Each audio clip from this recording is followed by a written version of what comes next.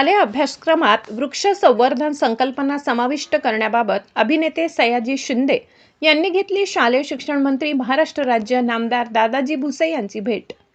अभिनेते श्री सयाजी शिंदे व सह्याद्री देवराई फाउंडेशनचे अध्यक्ष यांनी शालेय शिक्षण मंत्री महाराष्ट्र राज्य नामदार दादाजी भुसे यांची सदिच्छा भेट घेत विविध विषयांवर सविस्तर चर्चा केली। या भेटीदरम्यान राज्यातील विद्यार्थ्यांमध्ये पर्यावरण संवर्धनाची जाणीव अधिक दृढ व्हावी आणि शालेय अभ्यासक्रमात वृक्ष संवर्धन विषयाशी संबंधित प्रतिज्ञा, गाणी आणि घोषवाक्यांचा समावेश करण्यात यावा अशी मागणी सयाजी शिंदे यांनी मांडली। सदर उपक्रमासाठी सह्याद्री देवराई फाउंडेशनच्या माध्यमातून सुप्रसिद्ध लेखक अरविंद जगताप आणि सिने अभिनेते सयाजी शिंदे यांनी झाडांची प्रतिज्ञा, झाडांची गाणी आणि घोषवाक्य तयार केली असल्याची माहितीही यावेळी देण्यात आली।